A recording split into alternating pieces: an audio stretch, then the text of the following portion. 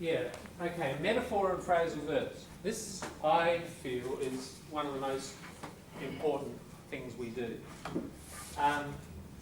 The reason is, okay, phrasal verbs are tricky in English. Yeah, you know, people will, at level 4 and above still make phrasal verb errors. Let's take one.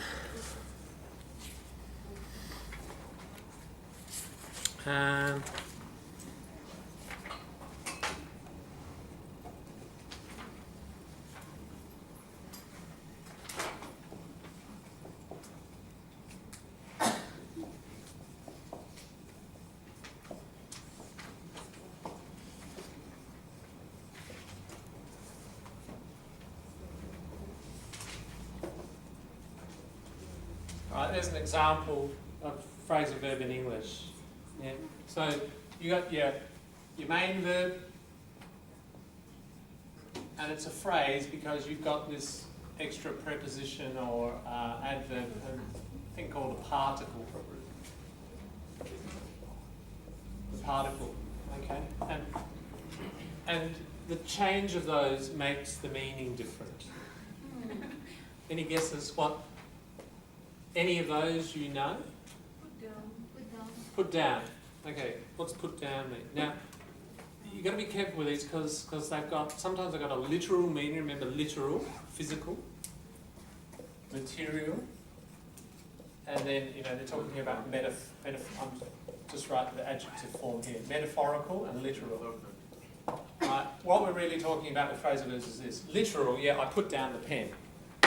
That's literal, isn't it? That's a clear literal meaning. But what's the metaphorical meaning of put down? It could be, yeah, it could be, that's another interesting, okay, that's interesting because we've got two possible. The police put down the demonstration, suppress, yeah.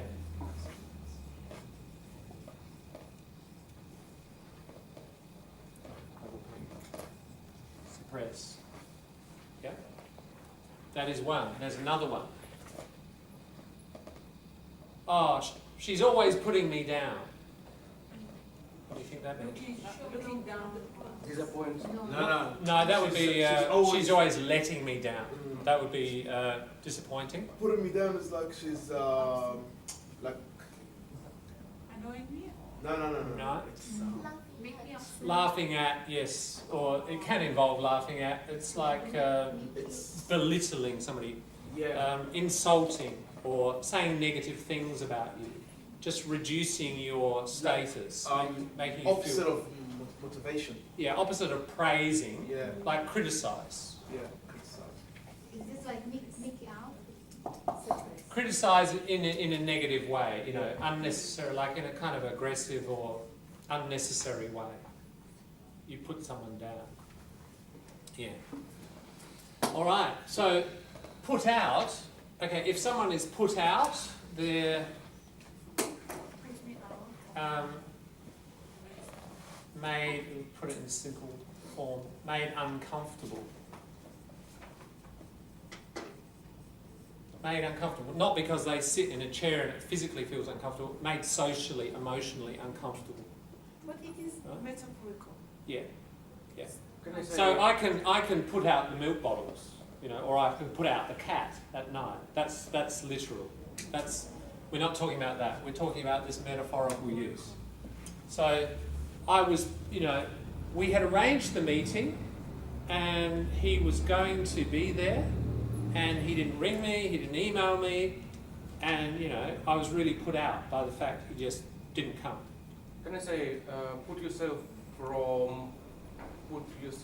out from your comfort zone? Yes, you can. You can put yourself out from, that's what we call a reflexive. Yeah. Yeah, yourself, herself, himself, and that again has a different meaning, yeah. Mm-hmm. It's more like the physical one, isn't it? Metaphorical. It's metaphorical, but it's more like put out the cat in the sense of it means go outside your comfort zone. Here, this meaning is more just purely emotional. I was made to feel uncomfortable. But Yeah. there is She put not me any out. way to guess it. There is not any way this meaning Well, that's what we're going to get onto. I think there are ways, and this writer thinks there are strategies. They're not foolproof, they're not 100%, but through working through these pages, it will take several sessions. We will come to understand the mechanism of them and the logic, and there's what I've referred to before as metaphorical logic. There's a certain metaphorical logic behind most phrasal verbs. It's really good because I always ask the teachers before, Yeah. but they said, no, there is not any rules. No, there are. Look, let's not use the word rules, because rules in language are tricky, aren't they? There's very few 100% rules. I've mentioned a few, but most of the rules we talked about are tendencies. There are strong tendencies, and they're kind of, I think in this case, 80-90% tendencies. They're pretty strong, and knowing them will definitely help you. And this is my point, that the other reason I think it's important is not just for phrasal verbs, but one of your key challenges, 3+4 are these bloody things, aren't they? Prepositions. Who hates prepositions? Who loves to hate prepositions? Yeah? Right. And I think the way to unlock the preposition is metaphor. And this is what this writer thinks too. So this writer's talking about how to look at the logic of prepositions in phrasal verbs, but what I want to do is do this work, and then we'll look at just other cases of prepositions outside use of phrasal verb. And I think you can use the same ideas for prepositions more generally. And again, not all of them, but 80-90% of prepositions are metaphorical. Let's give you an example. A common error. I hear this sort of thing a lot. Depend of da da da da da. All right. What is the real Depend on. depend on? Okay. So why? We depend on the surface. Partly, sometimes you need to know a root. I mean, metaphor. I'm going to write it up because it's such an important word. It's got what we're going to be talking about for the next few sessions. We talked about, remember that work we've done on roots, and how if you unlock a root, there's a metaphor in it often. Pen, hang. I think we've talked about this one before, haven't we?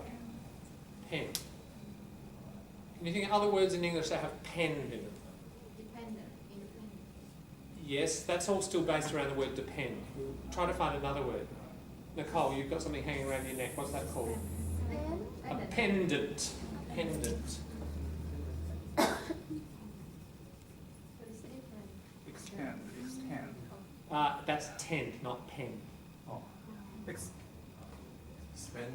Spend. That's spend. That's a different word. Okay. Okay. Tick tock, tick tock, tick tock. Pendulum.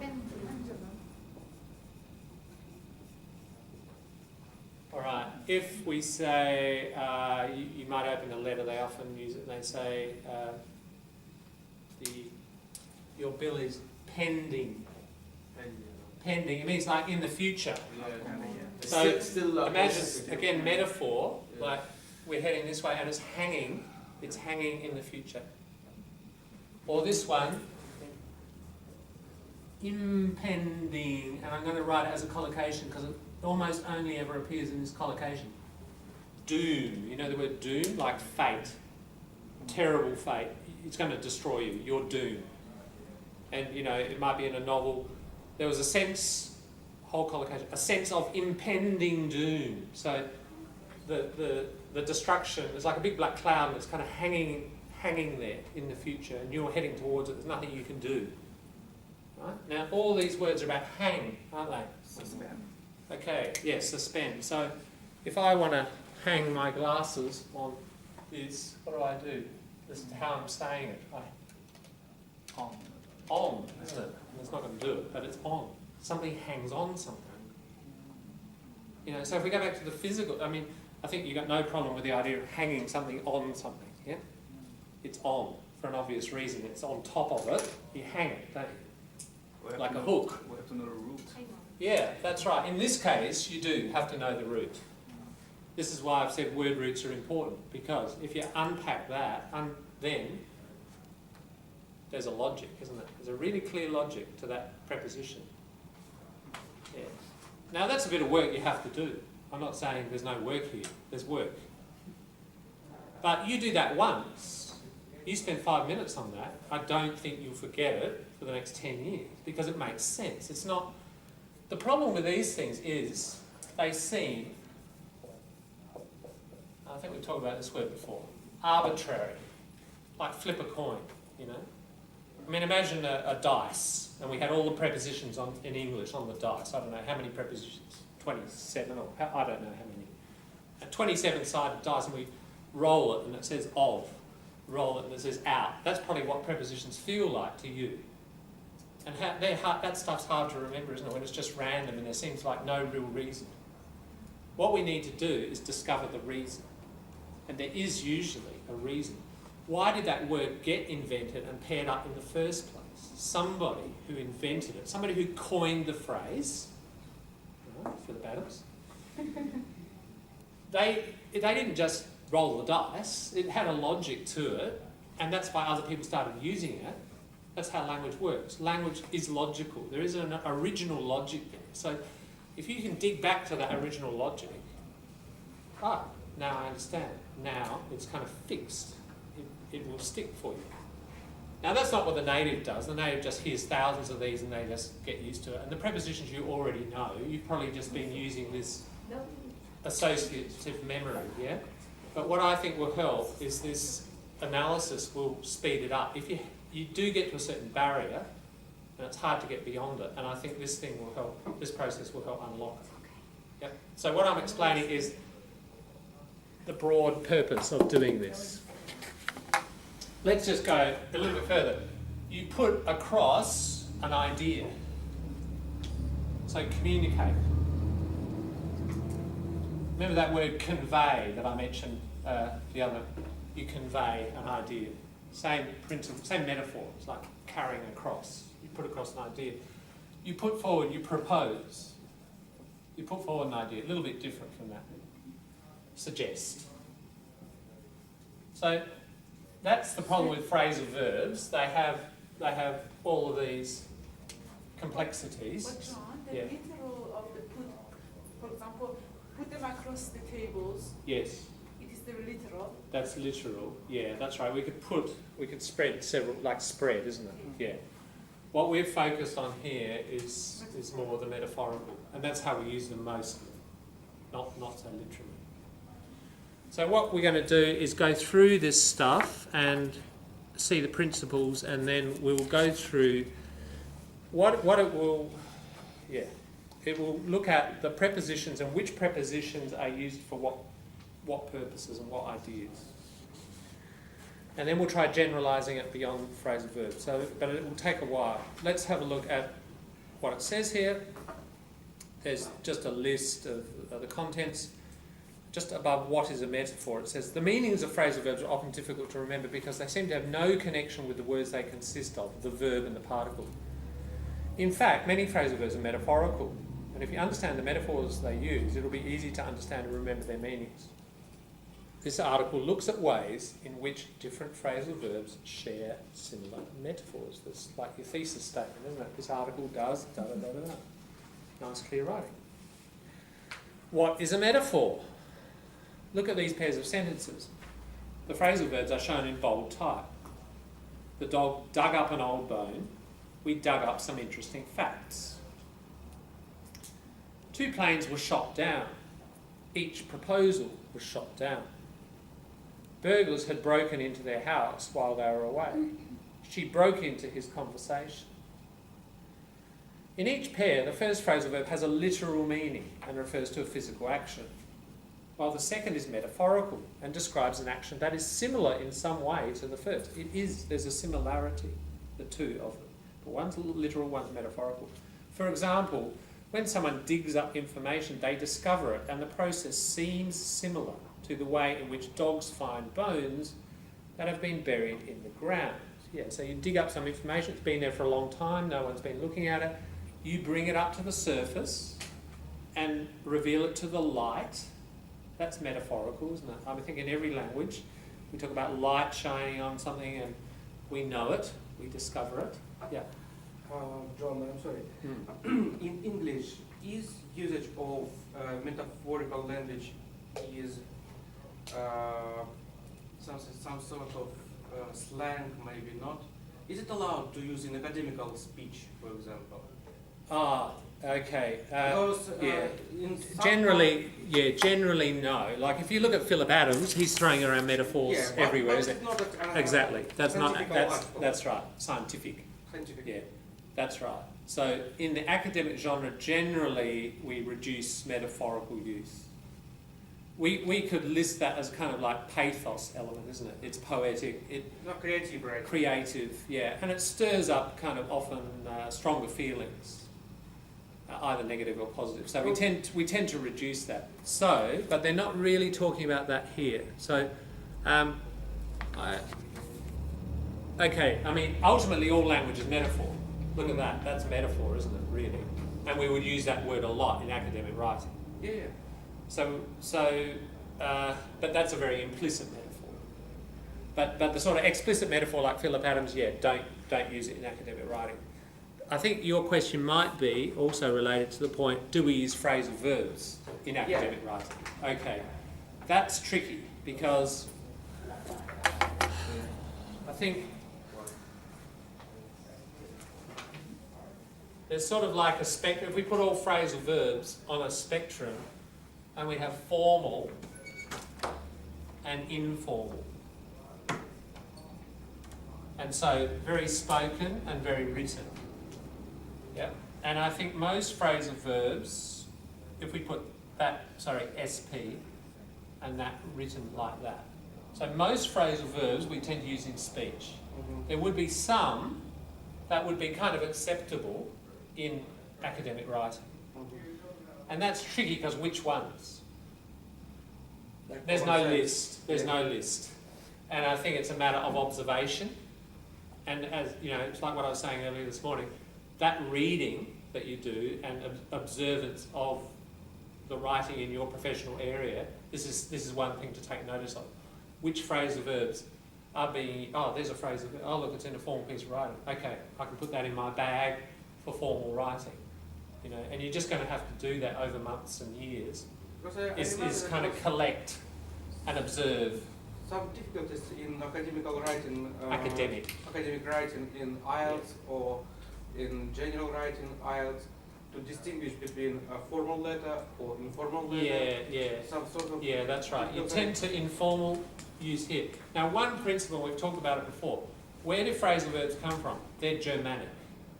They come out of the Germanic side of the language. And if we think of academic writing, it's more Latin and Greek based, isn't it? Tends to be. And German is the very spoken language of the heart. The Latin and Greek element in the language is more the language of the head. Yep. So there's a nice kind of principle that, say you got a phrasal verb in mind, like they dug up some information. Dug up. You're not very spoken. Yeah. And even if you're not sure, it might fit there. But if you're not sure, here's the general thing. This is more German. So don't try to. For every phrasal verb, there's a Latin equivalent. You know, because I've said before, English is sort of like oil and water, and there's Germanic there, and the Latin and French and Greek are sort of floating on the top. Yeah. So for every word, at least phrasal verb down there, you will find a Latin equivalent that will work academically. So let's do it with dug up. They dug up some information. Discover, right. Yeah. Discover, possibly accessed. These are Latin equivalents. So you got dug up, you got discover, access, reveal. These are Latin words. Yeah, so, you know, as you're expanding your vocabulary, you start to get this choice. So a general tendency, avoid phrasal verbs. If you're not sure, avoid them altogether, because the majority are spoken. But over time, you'll probably develop this ability to recognise that some are okay, and they're not too spoken. We don't have the time to cover this, but it's a really good point to bring up, and something to be, you know, watching for as you're gathering your language experience. Yeah. Okay, so dug up. It seems similar, doesn't it? And if we looked at the other ones, 2 planes were shot down. That's physical, sure. But what about proposal? Why do we say each proposal was shot down? In what way is it similar? It's rejected, isn't it? Okay. Where is, let's think metaphor, where we're sitting around and we're in a big board meeting and someone makes a proposal. Where is that proposal? Is it on the carpet? Is it on the desk? Is it in the air? It's in the air, isn't it? So it's like voice, and voice travels in the air. So it's like this idea kind of floating above everybody. And somebody doesn't like it, so they pull out their guns, right? And that, down it goes. Yeah? So I think we can see it's a suitable phrase. Yeah. And it's down because the thing's gone up into the air and then down, crash. Yeah. Burglars broke into the house. She broke into his conversation. How did she do it? Did she... She interrupted him? Yeah. It's a kind of rude, slightly violent element, isn't it? There's some sort of breaking. Aggressive, Yeah. And it's into, for an obvious reason. Here's the conversation. It's sort of in a 3-dimensional cloud. And she breaks into it. That into has a logic, doesn't it? That preposition into has a logic. The preposition down has a logic. The preposition up, for dug up, has a logic. The bone, the information is coming to the surface. It's coming up into the light. Can you see how all of them are logical? Yeah. Right, this is what we're going to work through. And we're going to see the patterns of certain. What is the pattern of down? What's the pattern of up? What's the pattern of into? We'll soon discover there's an overall pattern. Some phrasal verbs only have metaphorical meanings. For example, to breeze in means to enter a place confidently without seeming to care what other people think. Yeah, you just breeze in. Oh, yeah, cool, everybody. Oh, how are you going? You know, that's breezing in. You're really confident. Why breeze?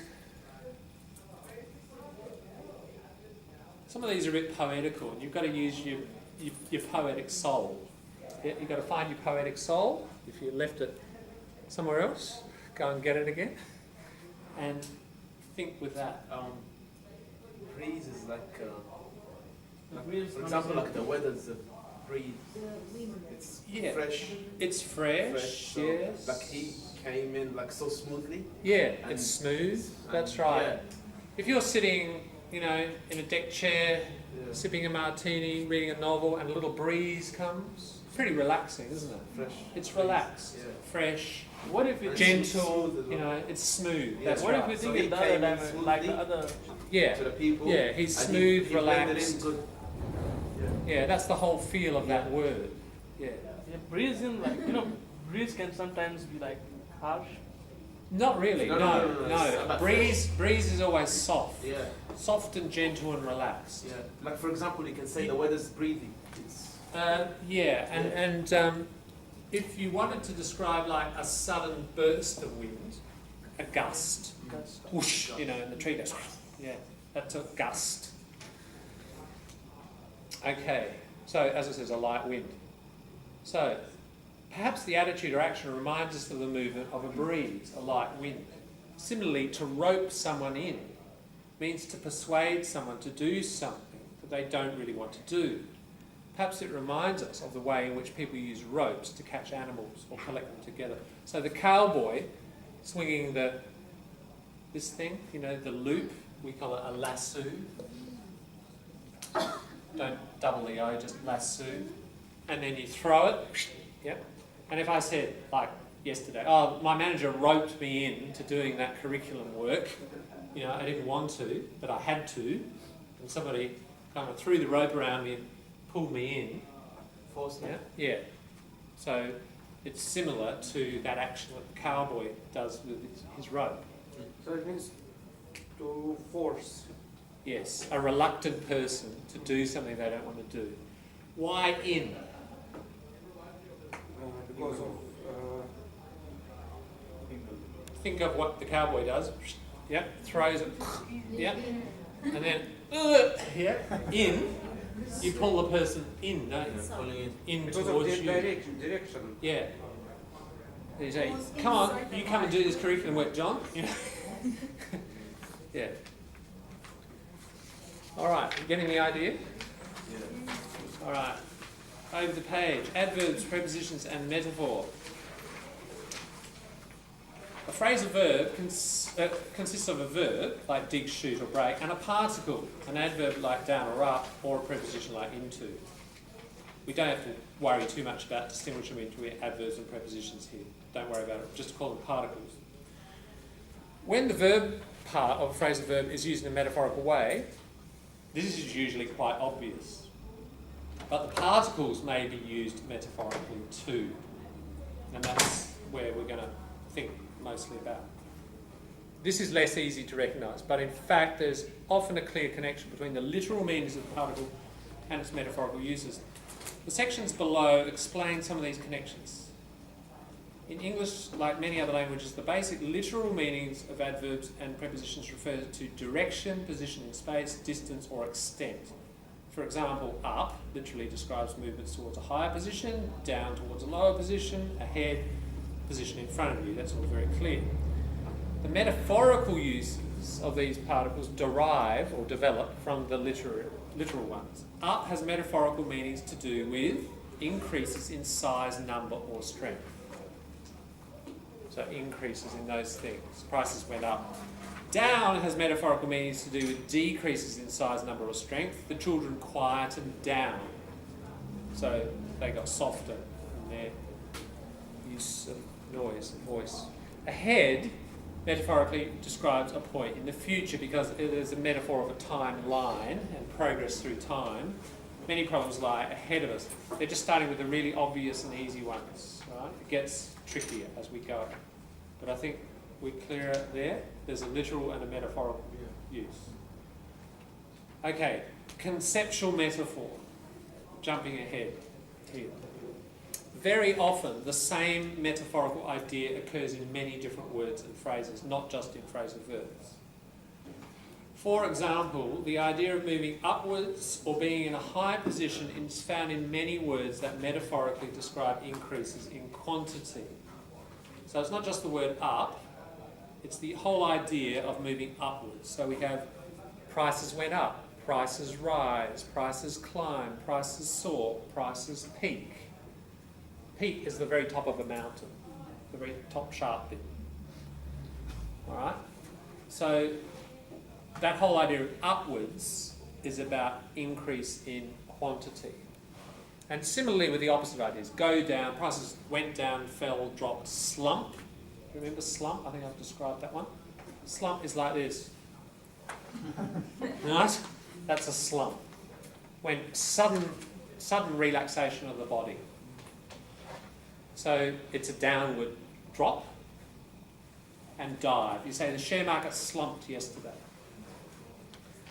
These are called conceptual metaphors, and they are the subject of this brilliant, brilliant book, George Lakoff. Remember George Lakoff? We talked about him with Political Spectrum. Do you remember the strict father for the right wing? Remember that? And the nurturing parent for the left wing? I said earlier on, if you're not sure about left and right, just think, the strict father, what would the strict father think? That's usually right wing. And the nurturing, kind of loving parent values, that's more left wing. That's George Lakoff's idea, because he has explored in depth metaphor and politics. In this book, they demonstrate the importance of metaphor in relation to how we think. And I'll show you later on the Moodle George Lakoff's work. It's fantastic stuff. It will help you a lot for learning idioms and metaphors in English. What his point is that we get in languages, he started with English, and a lot of his students, from Russia, China, Japan, wherever, went and then got his idea and applied it to their language, and they found the same thing. You find in every human language are these kind of packages of metaphors that have these common elements and express a similar idea. So let's have a look. Metaphor in English and other languages. Very few languages have phrasal verbs like English, but the same conceptual metaphors can be found in the vocabulary of other languages. In fact, some metaphors seem to occur in nearly all languages, and this will be an interesting test for all the languages in this group. One universal metaphor is the idea of up high and down low, referring to quantities. So in your native language, do you use the same metaphor? Prices are going up, or fees are going up, or fees or prices are going down, or the share market. Is that true? Do you use Yes. up and down? Yes. Yeah.